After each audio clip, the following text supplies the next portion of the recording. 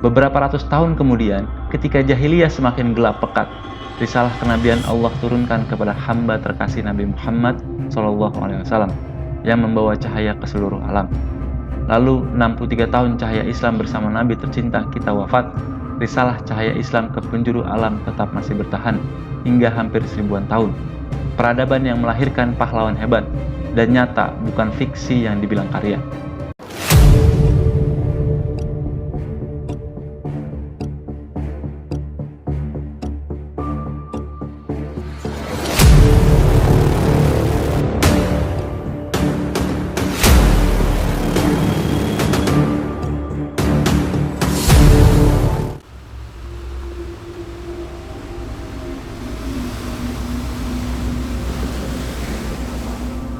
Ketika dahulu bentuk fisik berhala yang dibawa pertama kali ke Mekah oleh tokoh pemimpin yang karismatik, baik hati dan tidak sombong adalah dari Bani Khuza'ah, Amru bin Lu'ay al-Khuzai.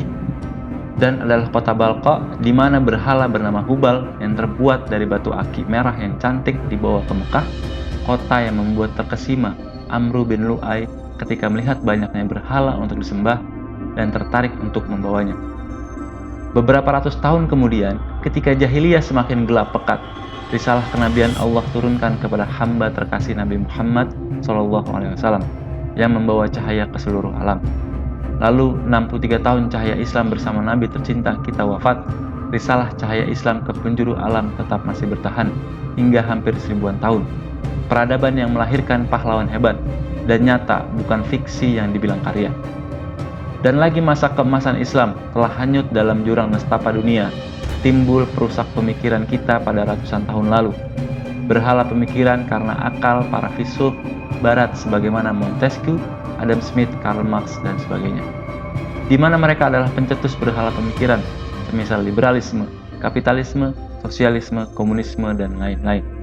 Lalu apakah kita harus membawa berhala pemikiran itu hanya karena merasa bangga terhadap kota-kota megah dunia hari ini? Karena hasil daripada pemikiran itu? Jika berhala bentuk fisik Hubal, Manat, Lata, Uzza, dan lain-lain itu sebagai pelopor berhala jahiliyah di Mekah, janganlah kita hari ini ikut-ikutan menjadi pelopor berhala pemikiran jahiliyah di negeri-negeri kita. Jika dahulu berhala fisik mudah dihancurkan oleh Nabi kita yang membawa wahyu dan menjadikan Islam sebagai mercusuar peradaban dunia, maka hari ini berhala pemikiran itu harus diperangi dengan pemahaman Islam yang utuh tentang kehidupan ini, mengambil pelajaran Nabi kita Muhammad SAW agar Islam sebagai jalan hidup kita kembali menjadi mercusuar peradaban dunia.